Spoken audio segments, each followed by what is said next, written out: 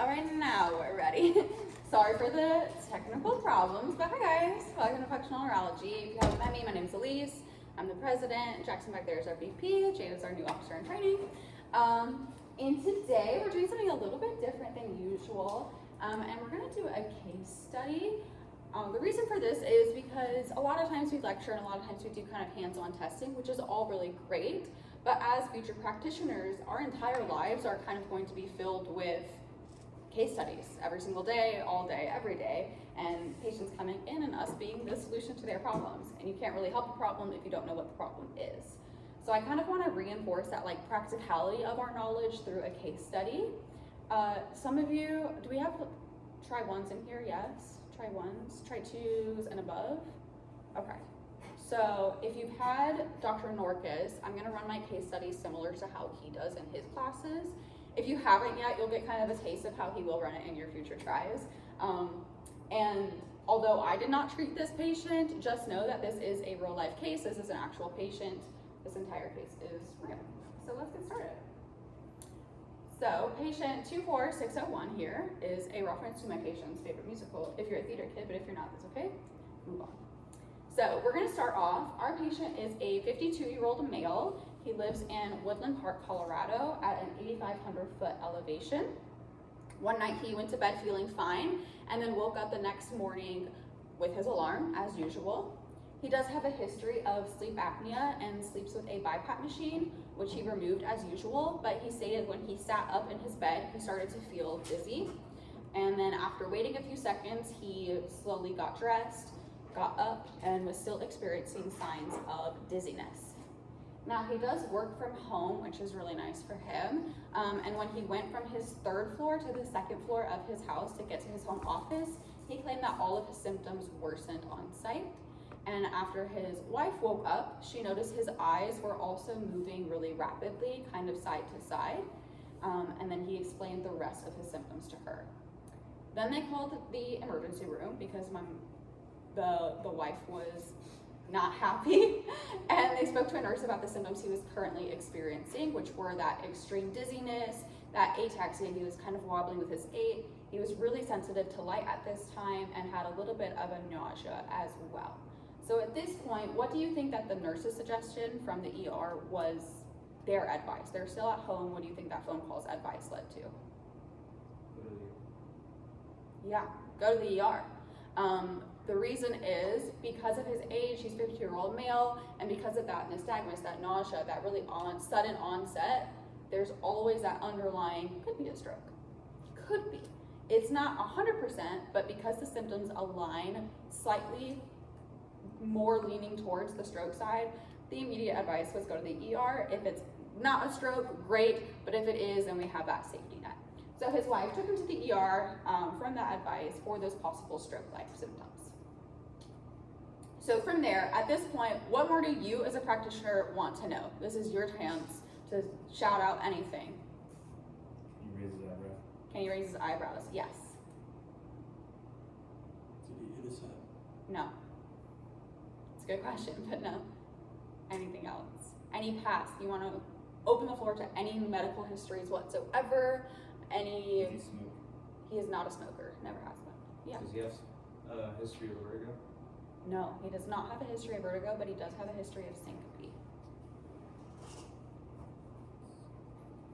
Yeah. So I'll start out with some more basic history and give you a little bit more. So as we discussed, he has no past history of vertigo, but he does have a history of vasovagal syncope. And you've heard me talk about it before. I talk about it quite often. This just means he faints. Nobody really knows why, but he faints kind of on and off. Typically, it's due to high stress, sickness, things like that. If his blood pressure drops, he hits the ground. Is his blood pressure normal? His blood pressure does tend to be low.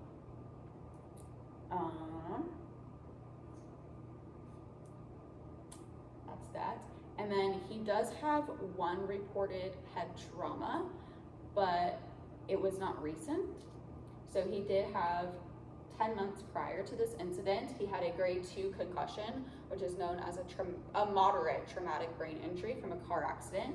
He states that it took about 3 months to fully relieve from symptoms, but other than that, it has not affected him to date.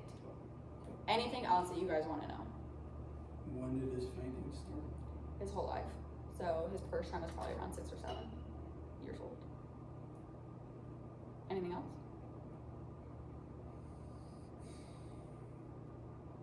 What medication?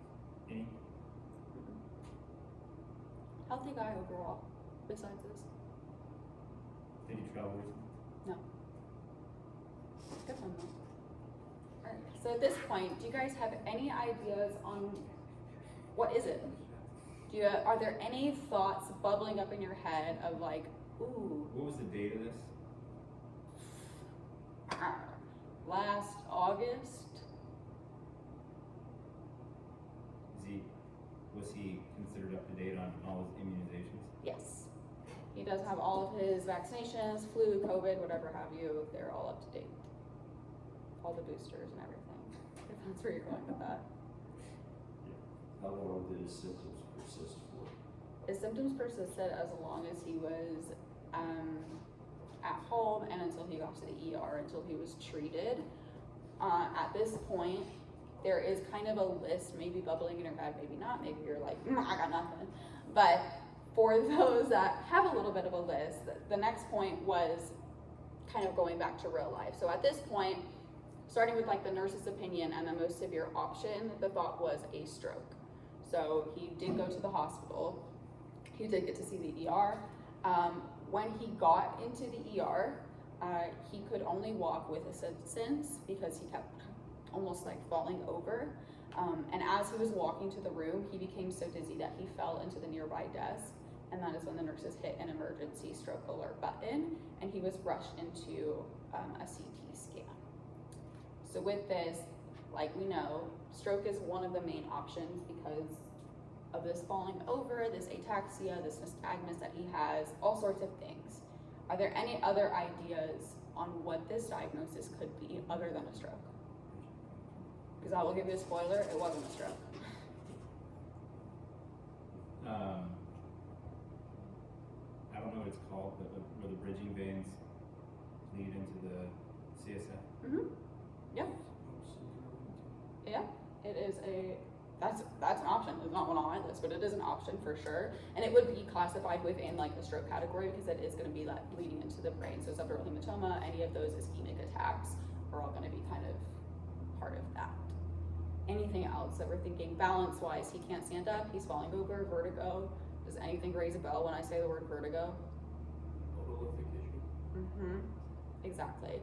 So when he goes with the otolithic issue, when we're talking about the vestibular system, we're really talking about balance, and that's where your vertigo comes in. So you have those semicircular canals in your ear, these little antlers, if you haven't learned them, with little crystals in them. Those crystals are otoliths, and they can get dislodged or relodged, however it may be.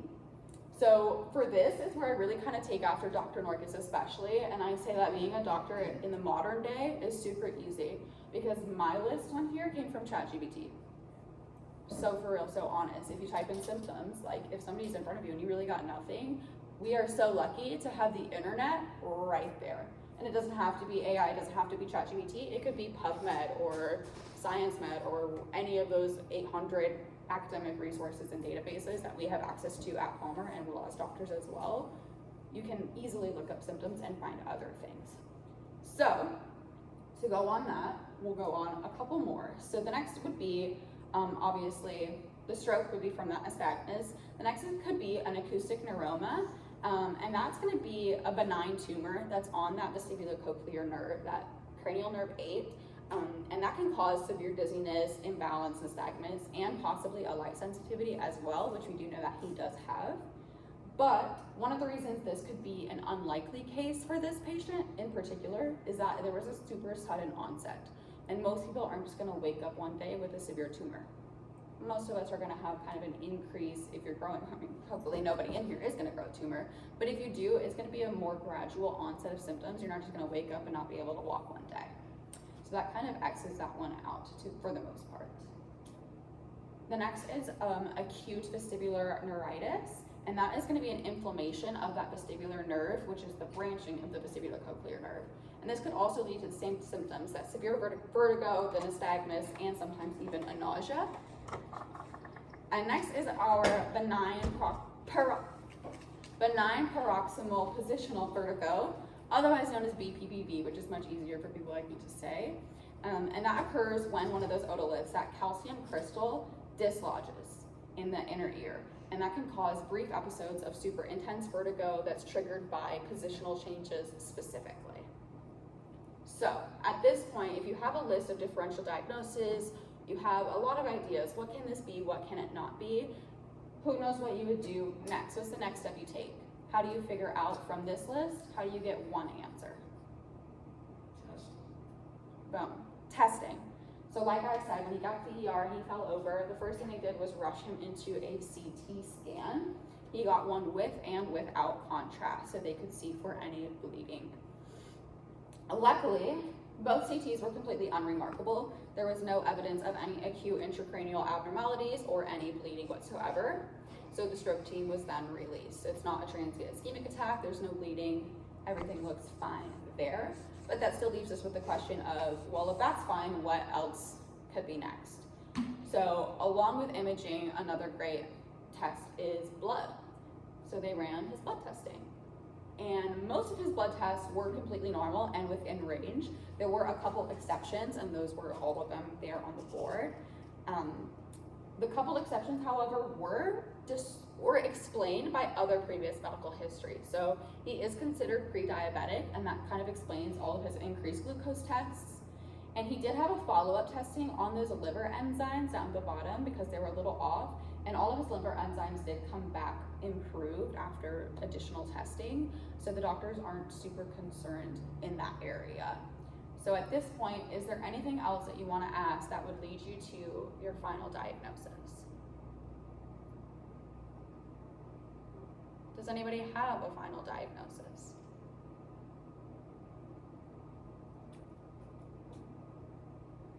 It's one of them. BPPV. Exactly. It was BPPV. So we've landed on that vestibular issue. And because of this extreme dizziness is his main symptom, that's what really led it to this. But the reason we can really narrow it down is, does anybody remember what made his symptoms way worse right at the beginning when he woke up? Stairs. The stairs specifically. He got up from bed and went downstairs immediately, and it really worsened his symptoms. Whereas if he had maybe just stayed laying down, he would have had a really minor case of vertigo and nothing would have gotten worsened. So a good way to actually kind of test this and validify that hypothesis, the doctors, in this case and for us, would perform a Dix-Hallpike test. And this is basically just a diagnosis tool for BPPV, or benign paroxysmal positional vertigo. So to do this, the patient is going to be placed in different positions to evaluate the presence and direction of the nystagmus. And if you weren't here, I think last week I talked about nystagmus, it's that shaking of the eye. It's almost like your eyes are vibrating to one side. So you're gonna watch the direction of the nystagmus to narrow down which side the otoliths may be dislodged on. So for example, I know I talk about hemisphericity a lot, and I have discussed how it is kind of almost outdated at this point. For this case, it is not hemisphericity because we're not talking about the brain, we're talking about actual structures and canals. It can get dislodged on one side without getting dislodged on the other. They are actual crystals inside actual canals. So we are looking specifically at which side is it dislodged in so that we can focus our treatment on that particular side, get it back into place. So for this, I have a little video demonstration to watch the test. Since probably if we tested on each other, I hope none of us would test necessarily positive. This Dix-Hallpike test is testing the left ear, which is the downward ear. It is strongly positive, which is diagnostic for posterior canal BPPV. When she is placed in the Dix-Hallpike position, nothing happens for the first 3 seconds, and then I'm dizzy. you can see it there. I'm very dizzy. She becomes very vertiginous and has vertical upward nystagmus with a rotatory component towards the downward ear, which is the left ear. It lasts around 15 seconds. So we've gone away now? Yeah. In slow motion, you can see the upward movement of her pupil, as well as the rotation of her eye where the upper poles are beating towards the left ear, the downward ear. This is, again, a classically positive Dix-Hallpike test and diagnostic for proximal positional vertigo. Okay. So for this, this tidbit comes more. this Dix-Hallpike. Comes more from Dr. Norkus. When you do this test on patients, or if you ever see it done, there should be a bucket nearby, because people can get so dizzy and so nauseous that they will throw up. It does happen. Our patient in particular, patient 24601, did state that the test gave him such extreme vertigo that he almost threw up, and that did give us a positive Dix-Hallpike test. And his nystagmus is actually shown towards his right posterior semicircular canal. So if you haven't learned the vestibular, I'll try to put it. I'm not sure, so I'll try it. Oh, no I won't. No I won't.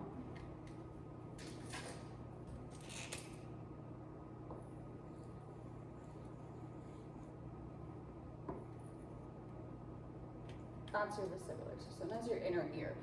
So you got your cochlea, but you also have your 3 semicircular canals in that vestibule that creates your equilibrium of balance. You have an anterior, a posterior, and a middle in each ear.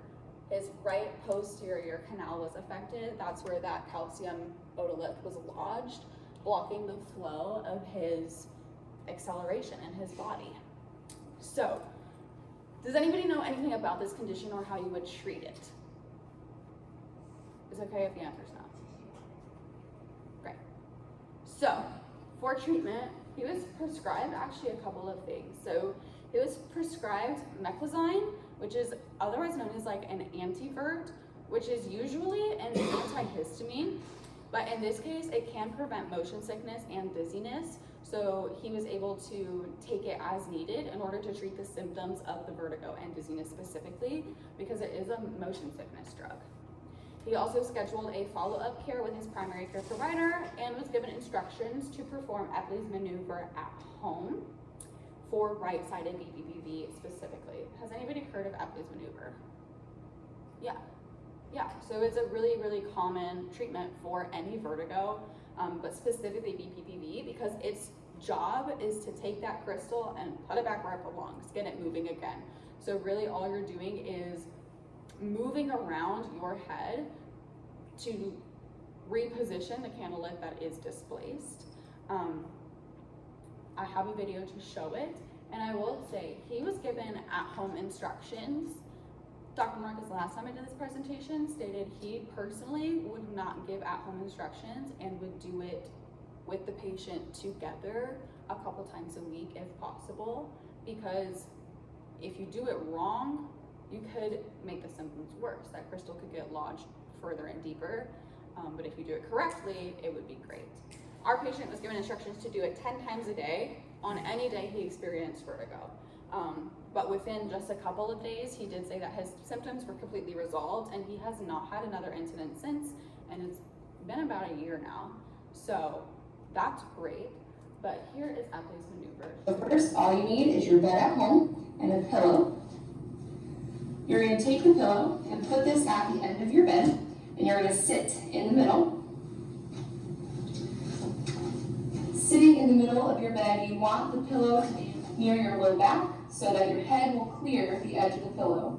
To treat the right side, or for vertigo caused with your head turned to the right, you're going to sit and turn your head 45 degrees to the right. Then you're going to lie back, letting your head extend over the pillow, keeping it turned about 45 degrees. If you start to experience dizziness, hold this position and wait for the dizziness to stop. Wait an additional 30 seconds after the dizziness has stopped. From here, after we've waited the 30 seconds after the dizziness has stopped, you're going to keep your head on your bed, keeping your chin up nice and high, and roll it about 90 degrees, so now you're looking to your left. Here, you want to wait about 30 seconds to make sure you don't get dizzy. From this position, you're going to bend your right knee up onto the bed, And you're going to turn onto your left side, bringing your chin to your shoulder so you're looking down into the mattress. So in one motion, turn, looking down to the mattress at an angle. Here you may get dizzy. Wait for the dizziness to stop. Wait an additional 30 seconds after the dizziness has stopped. Then you're going to drop your legs off the side of your bed, keeping your chin tucked, and sit up to the starting position. So similar to the Dix-Hallpike test, especially if you're having a pretty extreme case of vertigo, a bucket nearby wouldn't be a bad idea, just in case. Dr. Marcus himself has said he has had patients throw up on him during this procedure, which is super gross. But also you can see it is a little complicated. There are quite a few steps. So giving at-home instructions is great, but it can be really nice to at least go over it with the patient in practice and with them before you're like, all right, have fun, let loose. Our patient specifically was given like a written paper 5-step instruction. So he was told what to do, and it did relieve his symptoms luckily, but it is nice to run the patient through that before they do it on their own as well. So with this, does anybody have any specific questions? That's really the case. The case is resolved. Any questions, anything you would do differently, anything like that? Yeah. Can we go back to why the crystal is there? Like what, I don't know enough about your anatomy to say where are the crystals, where are they, do they get dislodged? So they are literally just calcium, buildups of calcium. They're calcium crystals that just loop around your ear.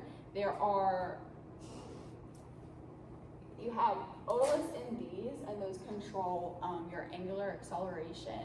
You also have gravity acceleration that's used in your utricle and sacral. Utricle and sacral, which are over here, but it's not as much crystals as it is in the canals. The canals are using the kind of more circular movement, if that makes sense. More when you move your head up to down, that's when you're going to be affected. Utricle and sacral go kind of on one plane. Whereas those vestibular canals, because they're circular and because you do have one kind of facing each rotation, that's where you get, if you haven't learned the moose ears, that's where we get that from, of like, oh, this is the canal, this is the canal, this is the canal, things like that. So it's all of this motion, I probably look so crazy, that is going to affect those crystals and get them moving around, and that actually made me a little bit dizzy just doing that. So, with that, BPPV is typically more common as you age. A lot of young people don't experience it, and older people will. Really middle age on, you'll start to see it more and more in patients. It's super, super common, actually, probably more common than you give it credit for. And that is mainly just due to the normal wear and tear of the inner ear. That's the only reasoning for why you experience it more as you age, is you've been through the ringer at this point. You've been bopped around all over the place, so it just starts to get a little wear and tear. That's all I'm really seeing when I look up why it gets worse with age, which I just looked up. But really, because it's part of that system, any movement of your head whatsoever is going to move that crystal. So obviously throughout time it gets worse and worse, and it can just get stuck. It's just kind of a glitch in the system. Maybe they should be bigger, maybe the crystal should be smaller. Not sure why, but it can just get a little stuck. Does that help? Thank you. Yeah. And another question is, when they did the Dix-Hall test, did they test for 1 year specifically, or is it when they went back and they saw the eye on the right, that it was the right? Yeah. So kind of both. There's no way to know when you have BPPV originally where it's coming from. A lot of times with patients that have a severe case and already are showing a nystagmus before even getting into a testing position, you can look to see where the eye is trending towards, and it'll typically be towards the ear that is of the lesion. So for our patient, for example, his wife did state that she had that vibration. If she had looked really closely, she would have been able to tell, are the eyes flickering this way or are the eyes flickering that way? And it's hard to see to the naked eye, especially an untrained naked eye, but for us as practitioners, it's something we should probably get used to, kind of really looking at the eye and where it's going. So Jackson's doing eye movements lecture next week for us, and he'll get into that as well, of the closer you look into the eye, the more that you can see. But you have to kind of get used to really getting into people's business, looking into their soul, you know. But it would have trended towards the right for him. So that's a good like kind of test. But if they don't have a resting nystagmus, or if you have no idea, you will have to test both sides and kind of all positions of the canal. So like 6 different positions in order to see which one is affected the most. And there is probably, I'm saying those on a whim, but there's probably cases of multiple otoliths getting dislodged at once. It could be all 3 are stuck, it could be. But for the most part, you're always gonna find one that's significantly worse than the others that may be affecting the others as well. Yeah. When you're doing it for one of the otoliths, wouldn't you be doing it the opposite for the other side? Mm-hmm. So can you risk like lodging the other side when you're doing that? You could, but because, like I said, because your head is so used to bopping around all the time, it's unlikely that it gets lodged. And a lot of times for somebody that's already in this state of vertigo, they're already there, you're gonna have to fix it either way. So you just continue to fix it as well. Yeah, and that's why if you do test both sides, you could see, oh, it gets worse on this side too. It could be stuck on both sides, and you would have to do at least both ways, but there's nothing contraindicating doing it both ways. Anything else? Yeah. I know this isn't like our particular scope, but Sure. was the meclizine prescribed like as needed for symptoms? Yeah. Okay.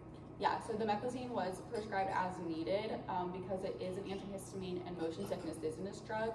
They said if you experience dizziness, take the pill. If you're not experiencing dizziness, there's no reason to take an antihistamine for that.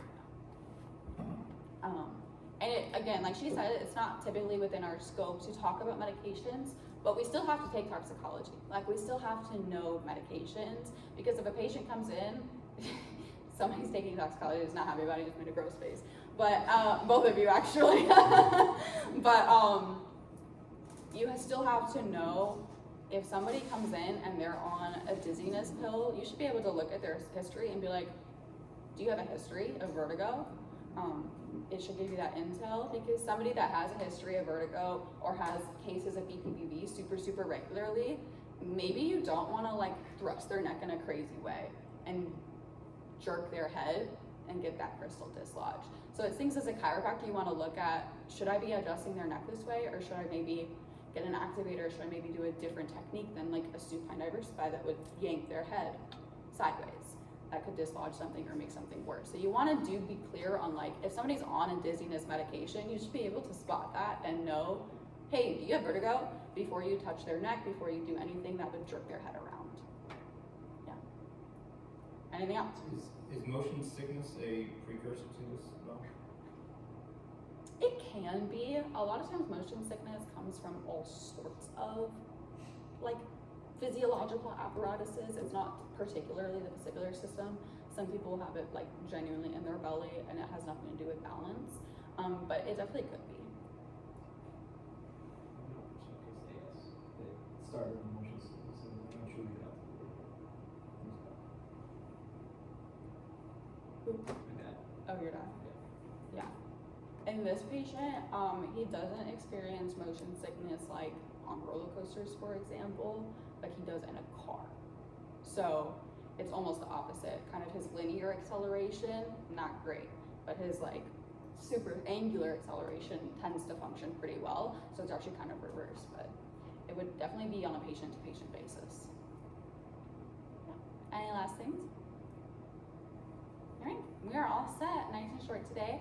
Like I said, Jackson's gonna be doing eye movements next week, so we can really dive into getting into that function. But other than that, you're free to go. Thanks, guys.